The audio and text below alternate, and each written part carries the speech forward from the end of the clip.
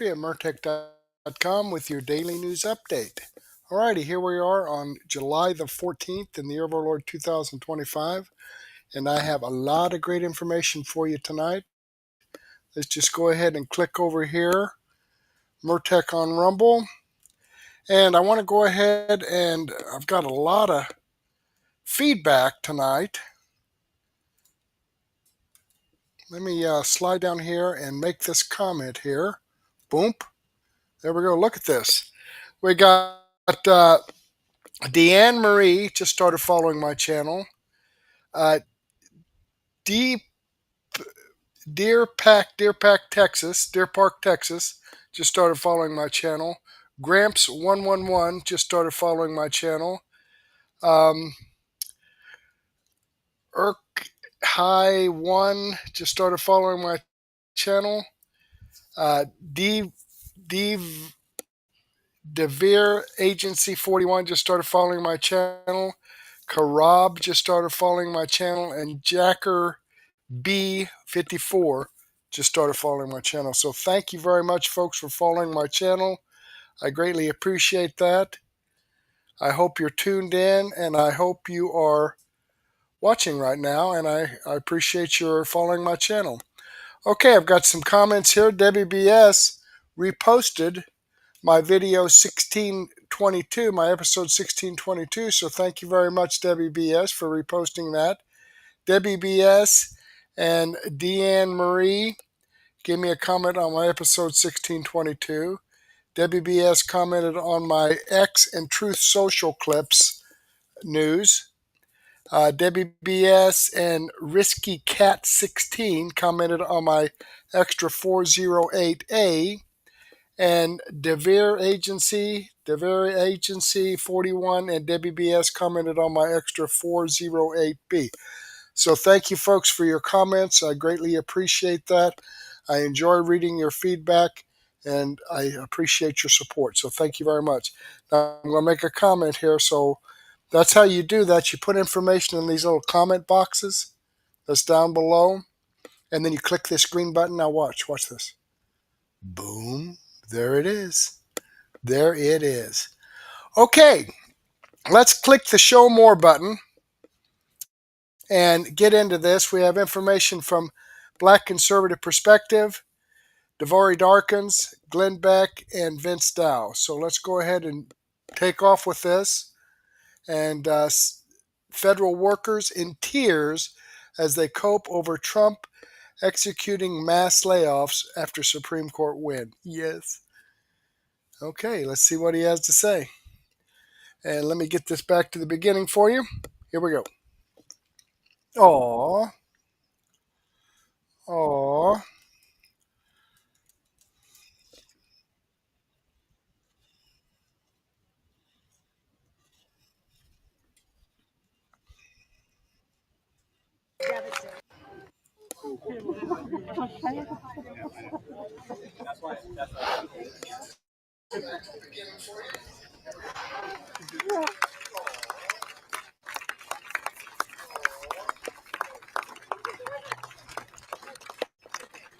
This is devastating.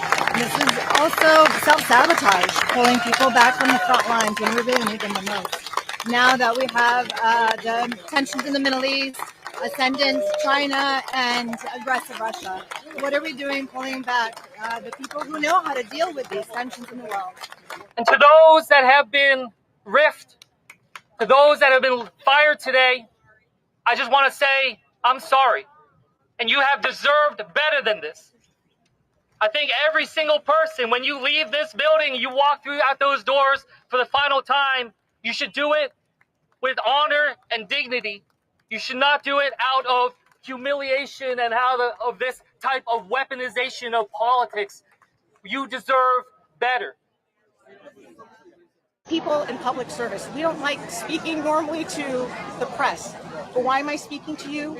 Because what we do matters. We bring thousands of visitors here to the United States where they spend their money in local communities. We also share skills. And when these exchange students and foreign students go back to their countries. They have learned American best practices. They have learned English. They love the United States. Cutting these types of programs is devastating to our foreign policy and our national security. Boy. So we got to talk about the State Department issuing mass layoffs, mass firings. 1,300 staffers were fired this Friday, and they're upset, right? They're upset. They're in tears, okay, over the fact that they lost their jobs. Now, I've never seen so much media coverage for a mass layoff before because, we had a lot of mass layoffs happen under the Biden administration from, private companies in the private sector, and nobody cared, right? Nobody really gave a damn.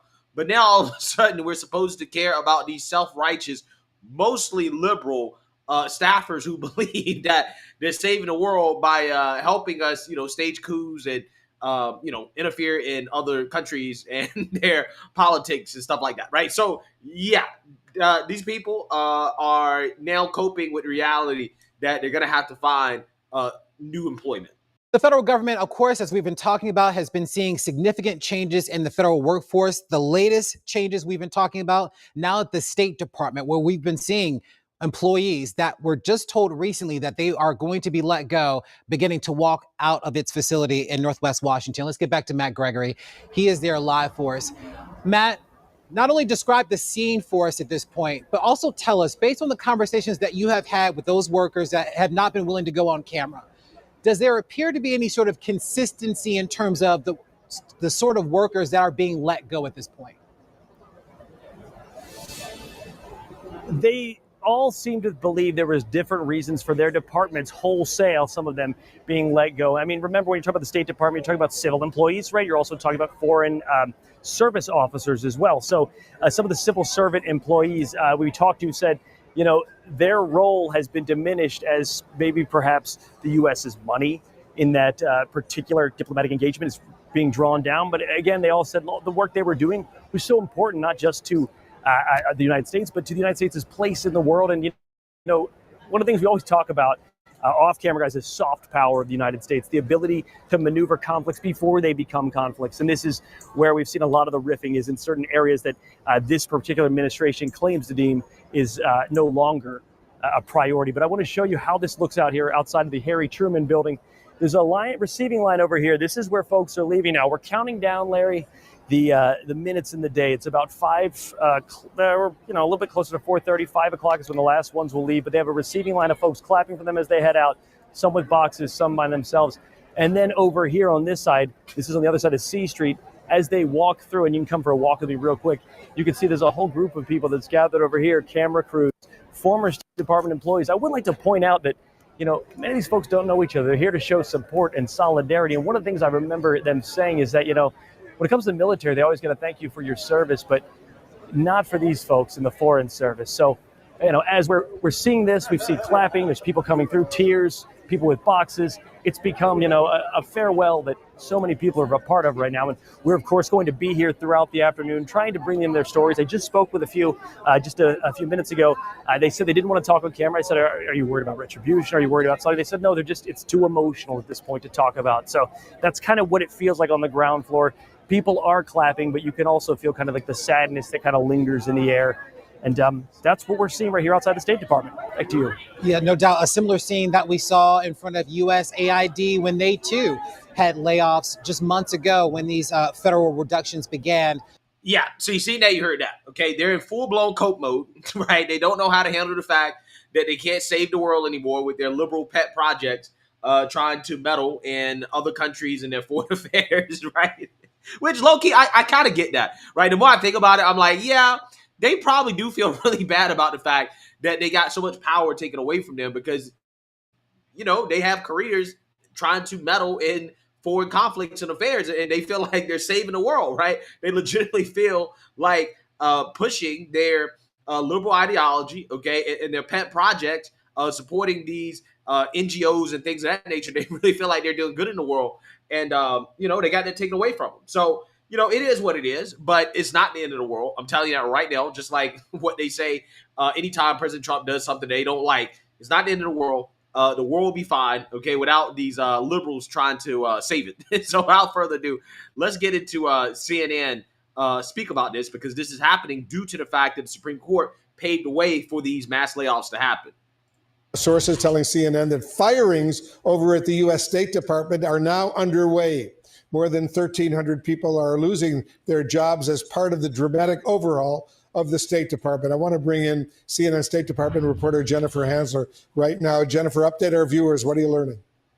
Well, Wolf, right now there are firing notices going out to some 1,300 people who are based here in the Washington, D.C. headquarters of the State Department. These firings are part of a larger dramatic overhaul of the building in an effort to shrink the federal government. The Supreme Court gave the green light for the department to move ahead with these firings and this reorganization earlier this week. Now, I'm told per an internal notice that this is affecting 1,107 members of the civil service, as well as 246 foreign service officers. People in this latter group, foreign service officers, are often highly trained, speak multiple languages, and serve in those embassies and consulates around the world. Now, while the cuts are exclusive right now to Washington, D.C., opponents of the reorganization and the cuts say that these are going to have an impact at a time when diplomacy is as important as ever, with crises raging around the world and the need for these experts to be in place. I spoke earlier. Listen to the framing on this.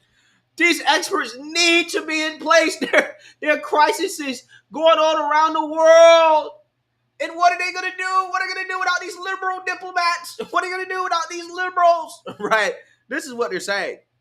And it's like, well, there's always crises happening around the world. There's never a time where there's not a bunch of crises happen. Okay.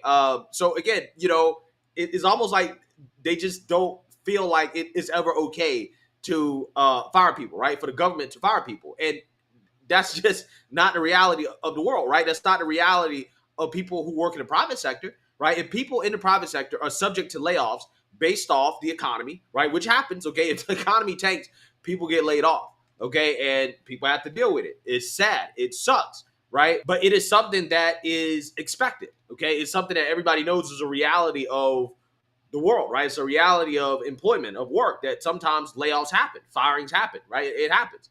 Why is the government not subject to that, right? Why are they not subject? Just because you work for the government, just because you work for taxpayers, that means that you should never be fired, or that you should never experience layoffs if you're not needed anymore. If the government says, hey, we don't need you anymore, they should not be laid off. Is it impossible to downsize the government? Should the government only get bigger and bigger and bigger and bigger, right? It should never get smaller.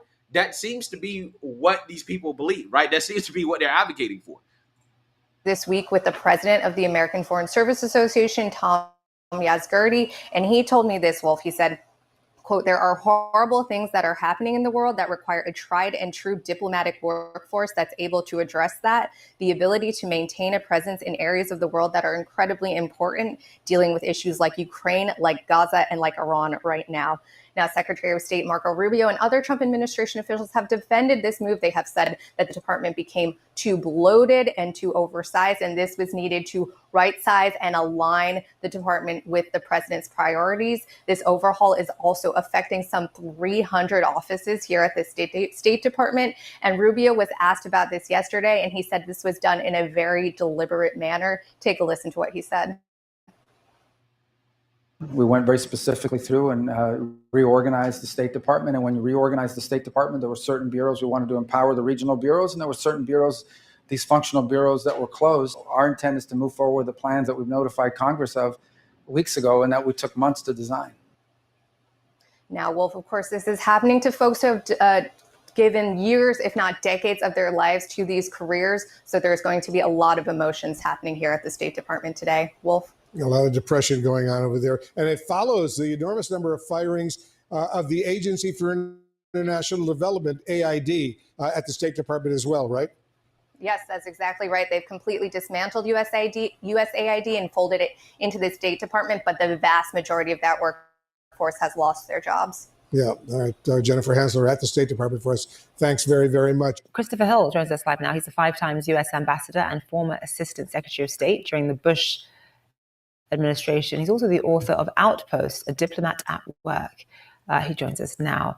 Ambassador, I just want to get your reaction to these mass layoffs, mass firings, 1,300 people at the State Department being let go. Your response to that? Well, first of all, I don't quite buy the idea that this doesn't affect embassies. It affects embassies very directly. I mean, embassies report to Washington, and at this point, there's basically nobody home. Many positions in Washington have not been filled, and now we're seeing many of the positions are actually being eliminated. So we have a real situation where our diplomats in the field are not getting up to speed guidance, and as they report on what's going on, there's no one back there to read. So I think there are a lot of problems, and I guess the thing that I worry about the most is used to be you go into country X and it was always the American embassy that was really on top of things. And now I think increasingly we're seeing the American embassy not as first, but as in second place to the Chinese. And I'd like to just mention also this issue about in Washington, you have this functional bureau issue where you have bureaus dedicated to issues as opposed to bureaus dedicated to geographic regions. Well, the issues bureaus are extremely important. I mean, they are where the State Department has its expertise, and they are where the civil servants are. So another real hit in the capacities of the State Department, and not to speak of the extraordinarily bad morale situation that this has created. Yeah, I think it'll be all right, right? My gut feeling tells me that the world is going to be okay, that we're going to be okay. I think it's going to be all right. I don't think the world's coming to an end because these people lost their jobs, okay? And from what I'm hearing, these are very talented individuals. Some of them, right? They know multiple languages. You know, they're, highly trained, highly competent people, right? If that's the case, they should have no issues finding a very good, high-paying job outside the government. They should be fine, okay? Seeking employment in the private sector, okay? If they are so competent and so capable, I think they'll be fine. I think they'll be okay. Okay. So let me know what you guys think. Make sure you like, comment, and subscribe. Most importantly, share a Black conservative perspective. Peace. All right. There you have it. Let me go ahead and click over here and show you that this video does come from Black Conservative Perspective. I am following the channel, giving him a thumbs up. I hope you do the same thing for me. All right. Let's get back here and see what's next. We have Devory Darkins. Has some great information here. Trump post chilling reminder after MAGA demands Pam Bondi resignation. Okay, now I've got my chat box open here because I want to ask you folks to give me a chat. I'm looking at my stats here on my creator program. This is on Rumble Premium. Okay, I've so far this month I've streamed 18. I guess requirement is like 30 hours. I've streamed 18 so far, so I'm above schedule there. And as far as views, 200 hours. I've got that covered. Total unique chatters this month. Okay, I need 5 more. So if 5 of you could chat something there, say hey, how you doing? What's going on? And then on my premium Rumble, I've got an hour. I need 4 more hours. I'll get that by the end of the month, no problem. So thank you very much. Give me a chat, a live chat. I would greatly appreciate it. Okay, let's see what Devory has to say here.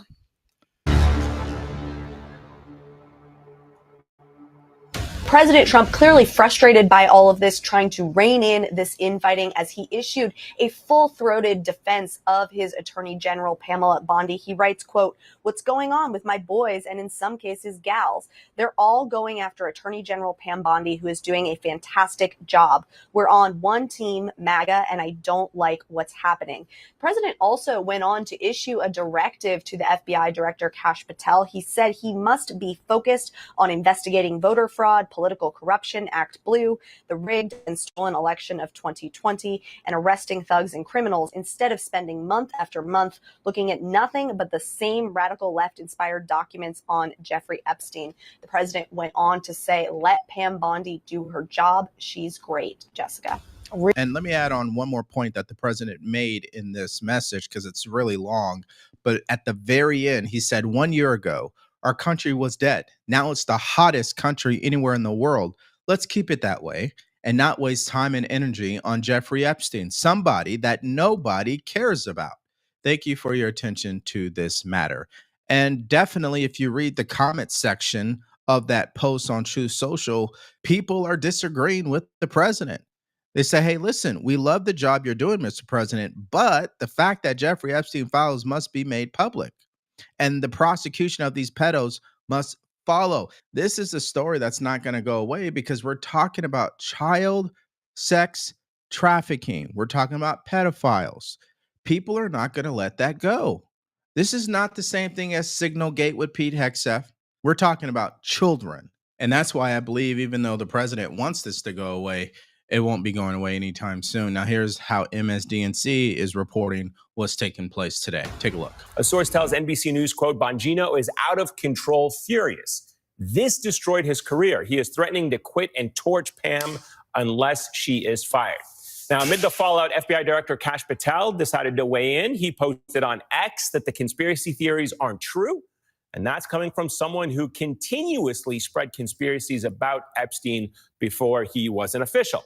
And of course, let's not forget Patel, Bongino, and Bondi. All of them at one point actually wanted information on Epstein released and made very big promises. All right, so number one, Megyn Kelly took to X to say this. I'm sure it's a relief for Pam Bondi to hear the president still in her corner. Unfortunately, huge swaths of the party are not. She's repeatedly misled on Epstein, then didn't have the courage to explain herself. Suddenly, she's camera shy, no questions allowed. Good luck. Phenomenal post by her. I totally agree with her on that, which leads me to point number two.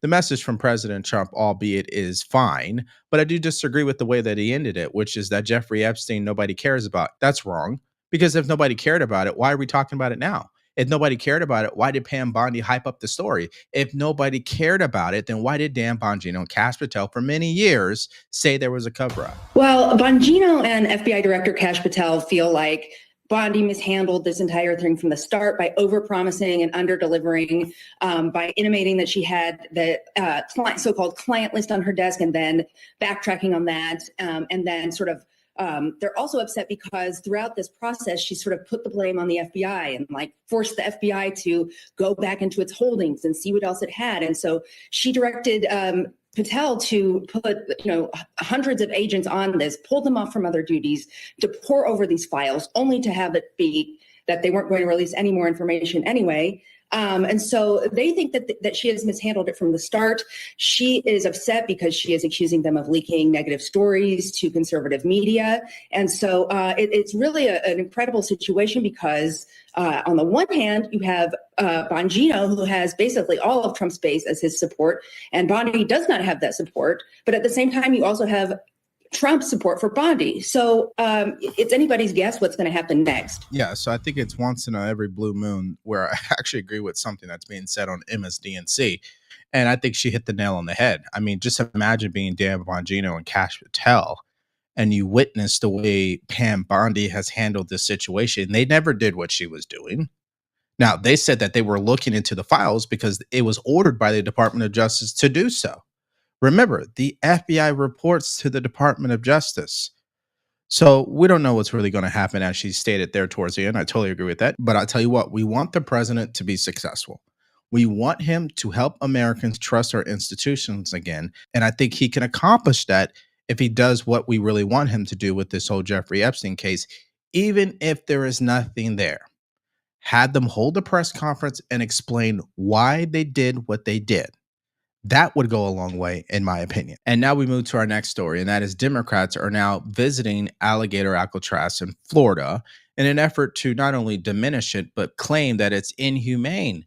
But what's interesting, when they do the press conference to describe the facility, they actually prove that it's in tip-top shape. Take a look. What we saw, the conditions that we saw inside this internment camp, which it is nothing less than that description, were really appalling.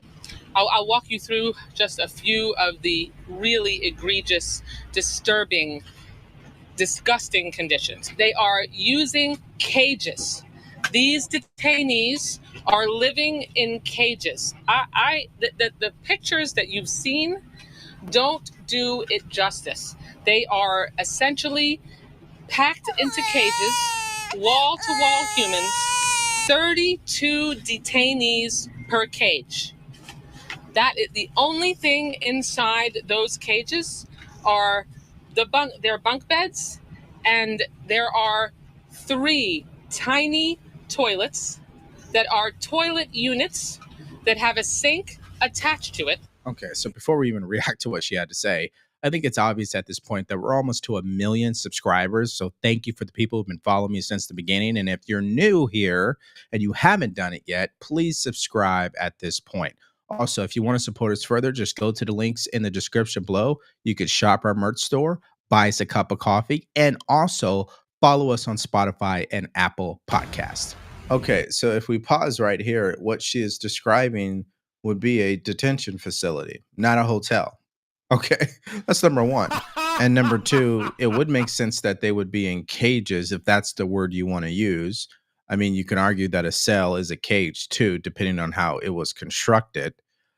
So I'm not finding the issue there. And number three, I know Democrats love to over exaggerate, especially when it comes to their Trump derangement syndrome. So how much of what she said is truly a problem? That's what I really want to know. Now, based on the photos and the pictures and the videos, I don't see an issue with the facility. And what's interesting, when she was on MSDNC crying about the facility, they put up the images on the screen. You take a look. So they essentially drink, they get their drinking water and they brush their teeth, where they poop in the same unit. They bragged that they went above standards, supposedly, and gave them a 3-foot privacy wall that stretches the length inside the 32 detainee cage.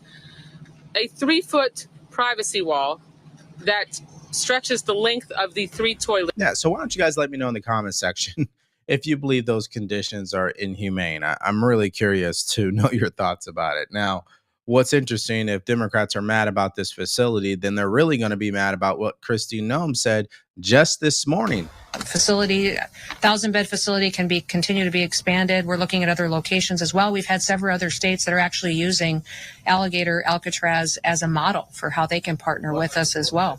What are some of those? Are there other states? I'm having ongoing conversations with 5 other governors about facilities that they may have. You know, I haven't asked those governors if I can share their names, but announcements will be coming soon. As you all know, we need to double our capacity in detention beds because we need to facilitate getting people out of this country as fast as possible and to sustain our operations. But those governors have been fantastic. I will tell you, they are all Republicans. So I would challenge some Democrats to start taking care of your states, partner with us. Okay, well, we know that Democrats are not going to partner with the Trump administration because their entire resistance is built on the idea that they have to be fighting against the Trump administration, and in some cases, be willing to get shot by ICE officials. Now, this takes us to the next update, and that is in regards to what's happening out of California, because we know federal judges are issuing orders against ICE officials, particularly temporary restraining orders. Let's hear more on that now. Christina Coleman live in California, which has now become the epicenter of the immigration debate. Hi, Christina. Hi, Alicia. Yes, a federal judge in LA issued a pair of temporary restraining orders against the Trump administration, including one that limits how and when ICE agents can detain migrants. She says they have been making apprehensions without reasonable suspicion, but the Trump administration strongly denies that. What is a reasonable person supposed to think when I drive it as an agent in a marked unit in uniform? If I drive into a public parking lot and 4 people run off in the other direction, isn't it reasonable to believe that they're in the country illegally or they've done something wrong? That's what reasonable suspicion is. LA Mayor Karen Bass announced a plan to provide direct cash assistance to people impacted by the raids. The mayor says philanthropic organizations will foot the bill and that the financial assistance will be distributed by immigrant rights groups. But this is getting major pushback. White House Deputy Director Stephen Miller says, quote, "It is a crime to furnish money to criminal aliens to facilitate their evasion of federal law enforcement." You have illegal aliens, for example, who've been ordered removed by an immigration judge, who've received, frankly, an obscene amount of process over a period of years, more than any American citizen ever gets, that are defying that removal order, that are hiding out from ICE, and then you have the mayor of Los Angeles paying them to evade law enforcement. I mean, what is more disturbing to you? A lower court judge issuing a temporary restraining order against ICE officials, from doing their constitutional duty, or the fact that the mayor of Los Angeles is using taxpayer money to help illegal aliens avoid arrest. I mean, both of them are disturbing, clearly, but wow. I mean, talk about what the mayor is prioritizing: illegal aliens over the safety of her city. That's just the way that I see it. Now, here's the way Bernie Sanders sees this entire immigration argument, including border security, and what he thinks should happen moving forward. What are you going to do as Democrats to address the legitimate concern about immigration and borders? I'm not a Democrat. I'm an independent. Yes, I know, but you caucus with them. Yes, sorry. But this is what I do think. Kerry is certainly right that you don't have a country without borders. If you have borders, you should enforce that border. Democrats have not done as good a job as they should, period. End of discussion. That's correct. But I will tell you something else. In this country right now, you have millions and millions of people who came from Latin America or wherever, who are working in meatpacking plants. They're harvesting crops. They've been in this country for years. They're law-abiding. They are paying taxes, and they are doing some of the most dangerous, underpaid work in America. So we have to deal with immigration broadly with comprehensive immigration reform. We have failed in that. Democrats, Republicans have failed in that for many, many years. We need right now to come up with some way to protect these workers who are maintaining the economy. Trump wants to throw them all out, fine. The price of food will double or triple. Okay, so that's Bernie Sanders doing exactly what Democrats do. They're trying to make a case on amnesty. They're trying to make a case to get people who did it the wrong way a free pass. And I find that offensive for people who did it the right way. That's number one. Number two, Democrats and Republicans, which I definitely agree with him on, they don't want to fix this issue. They could care less about immigration reform. If they really cared, last year on that whole bill they said they were going to pass, they would have passed it. But see, it's not in their best interest politically, according to them, on truly fixing this issue.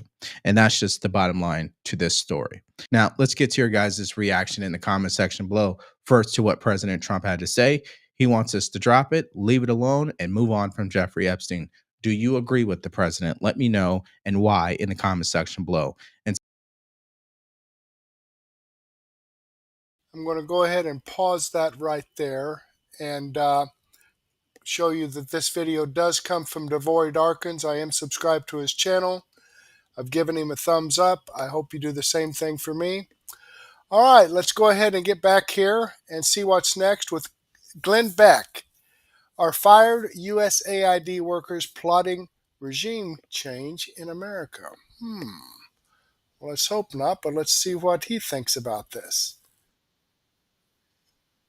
Detention center. Now, let me take you back to a Prairie Earth Detention Center. Now, this is like 25 miles outside of Dallas, Texas. It's an ICE facility. And on July 4th at night, about 10 to 12 people, all in black garb, dressed really in military garb and with military gear, the flak jackets, bulletproof vests, et cetera, et cetera. 10 to 12 people come, and they start firing fireworks at the facility. Okay, then the crowd kind of breaks up a little bit. There's two people that break off to the side, and they go after these ICE vehicles, and they start, spray painting ICE pigs and everything else. That brings out the two ICE officers. Two of them come out unarmed, and they come out to try to get the guys to stop spray painting the trucks and the vans, et cetera, et cetera. When they do, snipers in the woods, unseen until now, snipers in the woods start firing at these guys. One of them is hit in the neck. Thank God he didn't die, but he's hit in the neck. They're unarmed. Then everybody scatters. What does this mean? Jason is in because we've been talking about it yesterday. We talked about it early this morning. And this, he believes, and I do too, that this is a change now that we're going to start seeing in the future from the left, because we've got two other stories to link to this. But let's focus on this one first. Jason. I'm just shocked that this is not getting a lot more, attention in the media, but the way this attack was carried out, it shows complexity. It shows. So wait. I read that it said, that it's, this was a very complex operation. It really doesn't sound like it. It sounds like you got a couple of guys in the woods, you got 10 or 15 people throwing off fireworks, and then you have some people spray painting. So what do you mean it's complex? Like I mean, if you've ever seen like a military movie, or if you actually know military tactics, this is the kind of plan that they would actually execute. This was not just a bunch of like, well, they are thugs, but this is not just a bunch of random people with no plan that decided to piss off the ICE facility and get some news.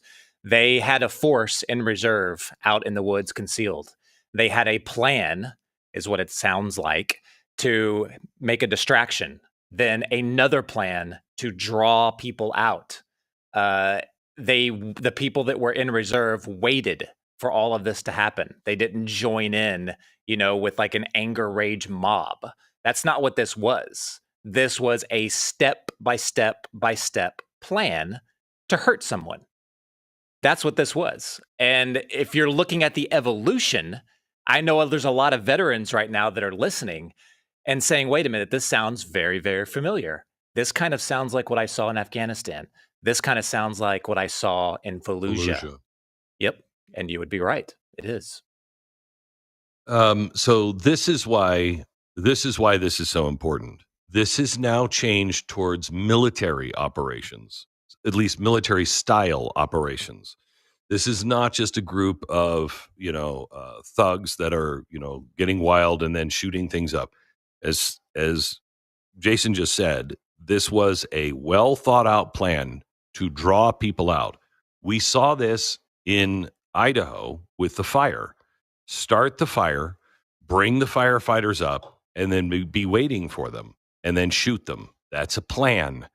And the plans are starting to go towards military or terrorist-like activity. Now, there's a second story, Stu, the USAID color revolution. Let me just remind you, USAID was a CIA front, okay? Everyone says, no, it was an aid organization and 16 million people. This is an actual story headline I read last week.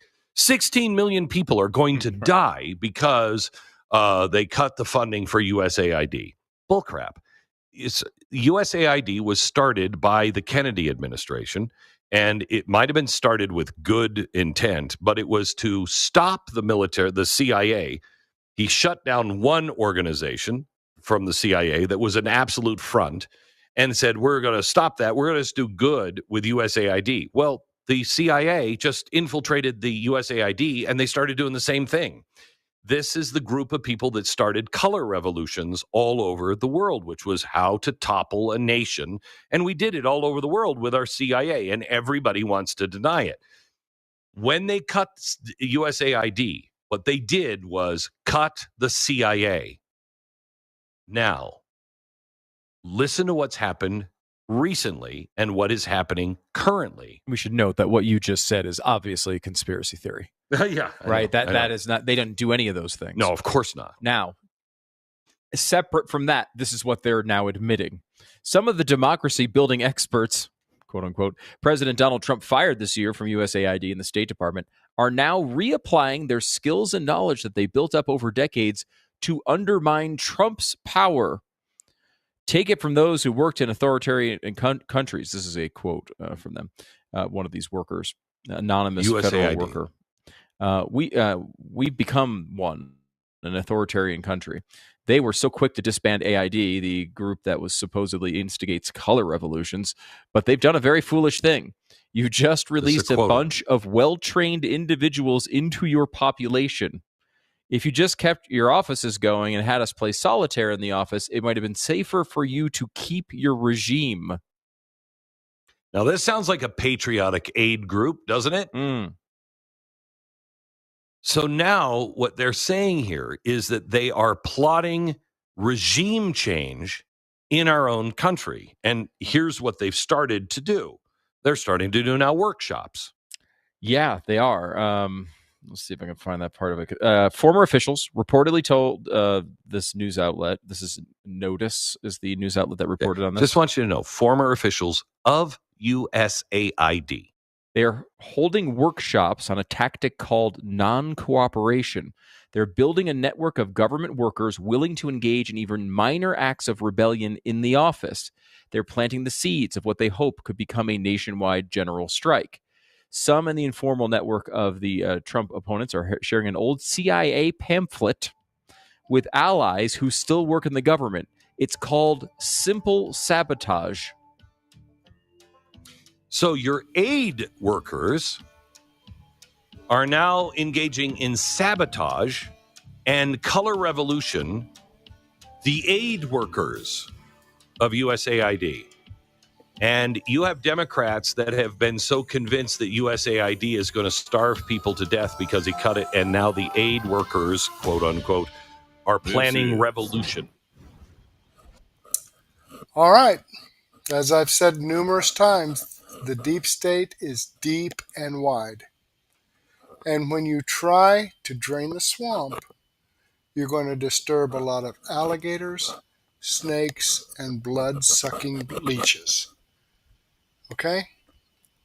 And that's exactly what's happening. I mean, they're not going to say, oh, okay, well, I guess you got me, and walk away. They're going to do everything they can to stop Donald Trump from making America great again.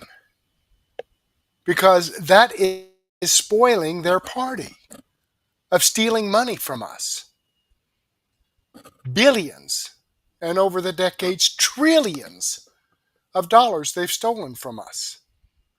And now we've got to pay interest on those trillions that they stole from us because it was borrowed from the Federal Reserve. These people don't like it. They're going to do everything they can to discredit Donald Trump and to destroy the concept of making America great. Because as far as they're concerned, it was just fine. Yeah, it was just fine getting their graft. That was perfect for them.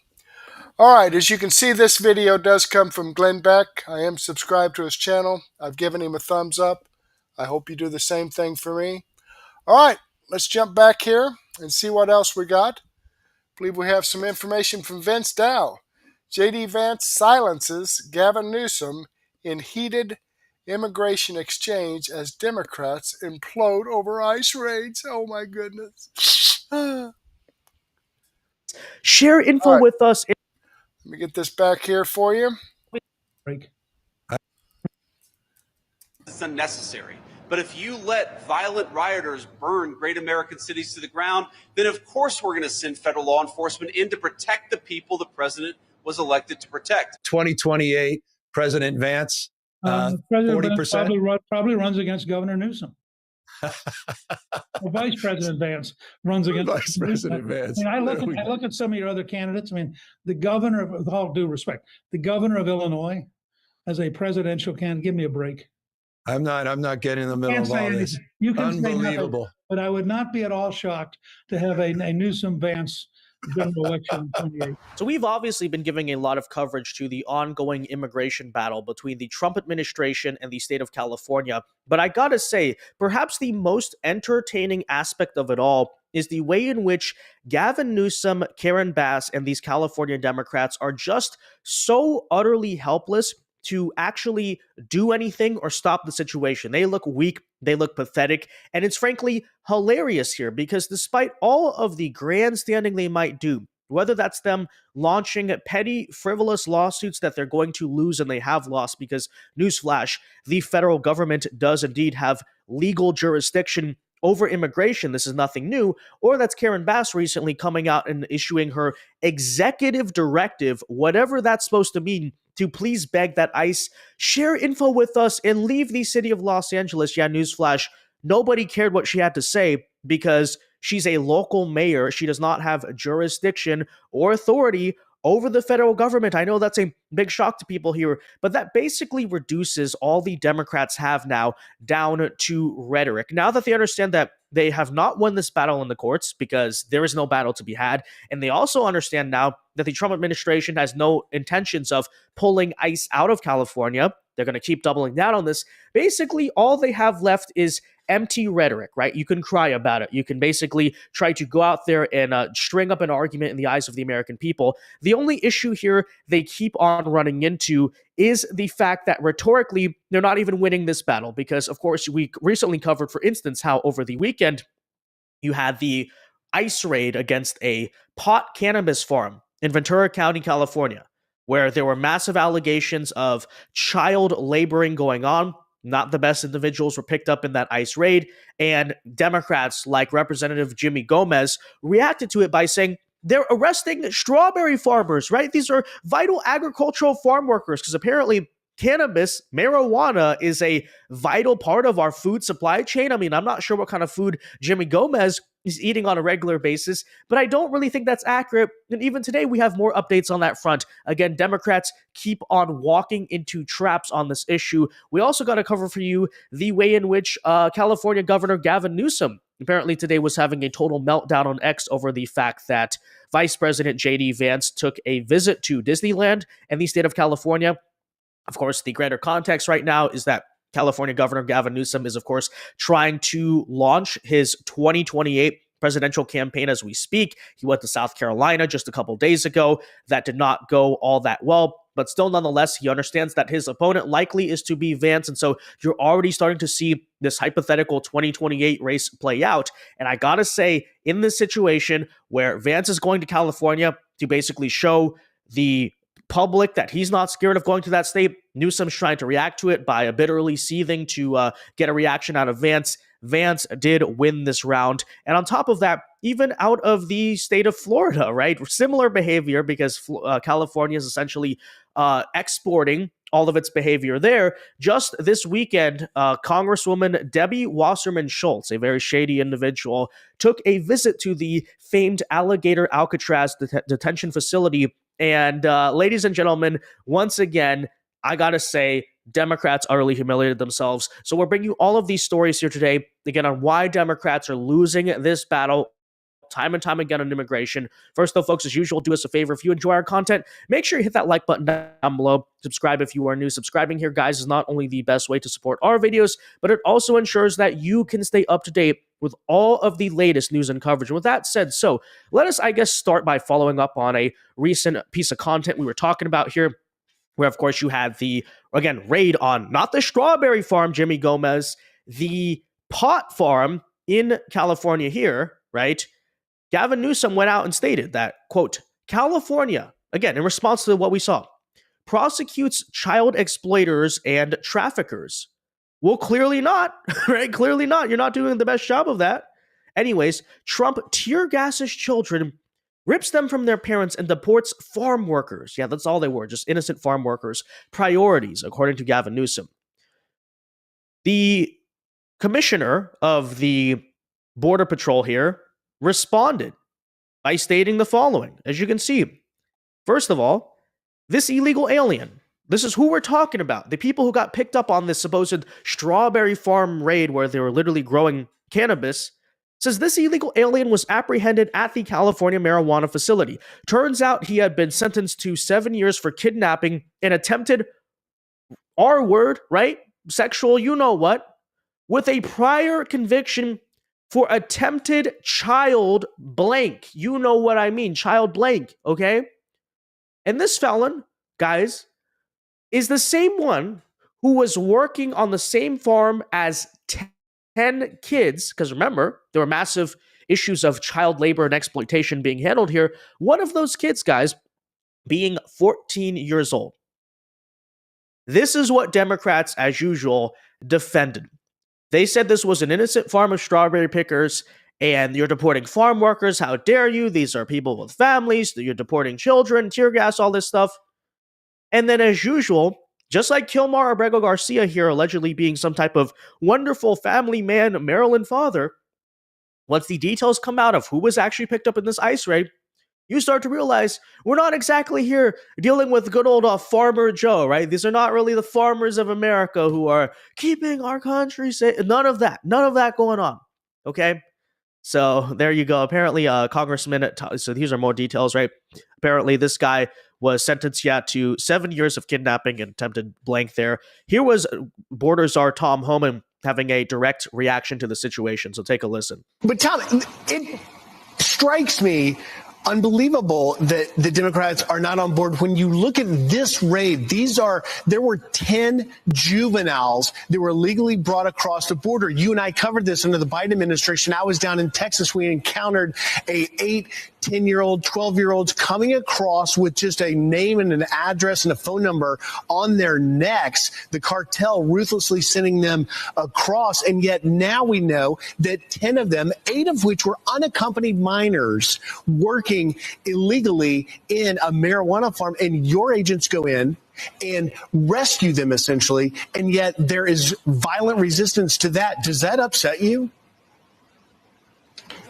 It certainly upsets me, and like I said, the work men and women of ICE are doing is incredible. Look, we're looking for over 300,000 missing children. We've already found 10,000. Have you heard that anywhere? No, the media is simply not covering it. And look, this should be a nonpartisan issue. Arresting public safety threats and national security threats, everybody be on the same page on that. Rescuing children, I mean, it should be a nonpartisan issue. Everybody should be in lockstep on that, but they're not. The media is lying. The Democrats they don't want President Trump to be successful. I got news for them. We are being successful. Every illegal alien public safety threat we arrest makes this country safer. Every national security threat we take off the street and deport makes us safer. And we're rescuing thousands of children. The lives saved every day by ICE, the lives saved every day by Border Patrol, are in the hundreds. So it's the only thing I can think of, Griff, if they hate President Trump more than they love their community. They hate President Trump more than they want, safe communities. And there's just no other excuse why this is not, why this has become a partisan issue to take public safety threats off the street. And of course, that is a fantastic question there by Tom Homan. Who could possibly be against this, right? In other words, who could possibly come out and defend and stand up for not the innocent children being illegally here, put to work, likely under context of trafficking and many other concerns there, working there with dangerous child predators, obviously the type of adults who were arrested in this situation. Who could possibly go out there and defend that? Well, the simple answer is the Democrat Party, right? Because that is their very constituency, the very type of scumbags that you keep seeing arrested time and time and again, and they're like notorious, MS-13 or all this stuff. That's the constituency of the Democrat Party. You don't believe me? Look at how hard they stood up and fought for Kilmar Bergo Garcia. When is the last time you ever saw the Democrat Party fight nearly as hard for, like some type of American citizen than they did for people like Kilmar? We obviously know the answer there. But anyways, the story here goes on because not only is this, for instance, narrative from California Democrats utterly falling flat on its face because, as usual, the details come out on why ICE did this raid, and you're like, oh, now that changes everything. Oh, yeah, you should be used to this by now. But of course, today, the brand new meltdown we have is not even over a ICE raid. It is over the fact that Vice President J.D. Vance and his family were seen today visiting the Bayou Country at Disneyland in California. Here is the video, as you can see right there, of them walking through California. Okay, so obviously JD in California with the family. Now, expectedly, because this is kind of looking like at the moment it's likely to be the 2028 presidential election in general, Governor Gavin Newsom is having a complete meltdown over this. Back to June 20th here, he said, "Hey, JD Vance, nice of you to finally make it to California. Since you're so eager to talk to me, how about saying it to my face? Let's debate a time and place." He got no reply here because guess what? I think JD is too busy actually running the country in the federal government, something you want to do, something you wish you were in right now, something your party greatly wishes they were doing. Nonetheless, that's basically what they're trying to set up, right? An early 2028 debate. But anyways, JD is back in California. Now, Gavin Newsom is saying he won't take the time to debate and defend gutting our Medicaid system, taking away kids' school meals, militarizing America's streets, or adding trillions to the debt. Instead, he's off to Disneyland, probably to detain Mickey Mouse at this rate. Because on a Sunday where he's with his family, just looking like this like bitter seether from the outside. You won't talk about Medicaid, you know. But that's what Gavin Newsom is doing. He's basically trying to be this like little fly on the wall, trying to get under the skin of Newsom, of Vance, I should say, hoping that won't help him in 2028. Unfortunately, it did not work. This little Twitter strategy by him only backfired completely in his face, because here you go, Gavin Newsom again saying, "Hope you enjoy your family time, JD Vance. The families you're tearing apart certainly will not be enjoying their family time." Oh, what a statement. You really got him, didn't you? Wow, you're tearing apart families, don't you know? You know, the way Gavin Newsom acts. But of course, he would not ultimately win this exchange, because JD Vance came back with an even better rebuttal to that question, saying just simply here, "Had a great time. Thanks." Amazing, right? Just that's how you do it. That's frankly how you have to handle liberal hysteria as a whole. Because I've been repeatedly prescribing something I basically call the boy who cried wolf syndrome, which is very big in their party, which is when you act so ridiculous and insane and hysterical about everything, right? Everything's the end of the world. Everything needs to be some type of crazy moral crusade. As you know, it goes on. You have to react to that by simply ridiculing these people, because yes, truly, the way they act, whether that's the protesters, whether that's the politicians, many of the time, the stupid performative grandstanding, Cory Booker speaking for 24 hours, all this hysterical nonsense, is simply to ridicule it, to be sarcastic, and to laugh at that, right? Isolate these people as the absolute weirdos and rejects of society, speaking broadly about the left here, that they absolutely are, and a great job there by Vance. So there you have it. I'm going to chalk up now 2-0 in terms of Democrats fighting back against the illegal immigration stuff with the Trump administration, and they keep on losing there. So there you go. Now, with that said, here is round 3. Because okay, we've already heard this information from Devory Darkins, so I'm going to go ahead and pause this here. I'm 14 minutes into this 24-minute video, so there's 10 minutes left. The link to this video is in the description box below, so if you want to see the rest of it, by all means, go ahead and click that video. Okay, here we are. Vince Dow, I just gave him a thumbs up.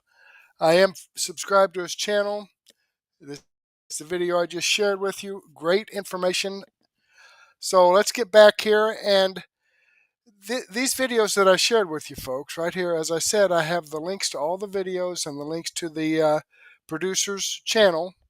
So if you want to go check out other information they have, I don't get any commissions or royalties for sharing this information out, but I do like to put a nice little package together of good variety of information from a good variety of channels to give you the truth, rather than the lies and propaganda coming from the mainstream media and the Democrat Party.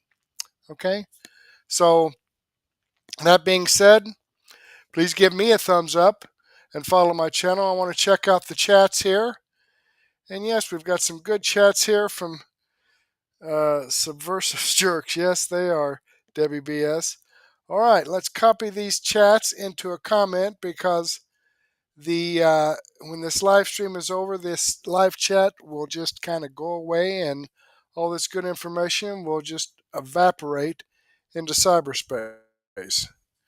Okay, there we go, from Debbie BS, LNC, and great information. Okay, give another comment. I know there it turned green, and it's great. It's great, folks. You ought to try it. It's great. All right, let me do a quick refresh here, and it's great. There we go. It is great.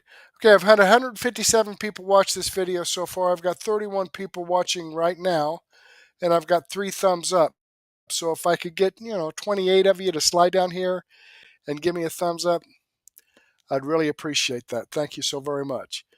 All right, getting back here to Murtech.com. All right, these 4 videos that I did share with you are videos that I've posted on Murtech.com. All right, right there's the Devory Darkins video. There's the Glenn Beck video that I shared with you. Okay, right down here is the Vince Dow video that I shared with you. So, and Black Perspective, Black Conservative Perspective. It's right up here. There we go. So, again, I have over 55 videos here that I post on Murtech.com from a wide range of channels, a wide range of information, no nonsense, common sense, logic, and truth. That's what I'm peddling here. Okay? The link to Murtech.com is in the description box below. Click on that. It's a free site. I don't ask for your name. I don't ask for your email address. I don't drop cookies on your computer and sell your information. I don't have a bunch of ads popping up in your face. This is simply just to provide information to counteract the lies and propaganda of the mainstream media and the Democrat Party. All right, so unfortunately, I wasn't able to share all this information with you tonight in this hour podcast, but I do have a daily news wrap-up coming up where I have over 60 videos in my playlist already, and I'm going to go back and update that and be back with you about 9:30. So go ahead and grab a cup of coffee and a donut or a sandwich and a soft drink and meet me back here at 9:30, and we'll start the daily news wrap-up of information that's dropped all day long from good, reliable sources. But for now, I do want to thank you for the time that you spent with me. Hopefully, I'll get to see you again later, and may God bless.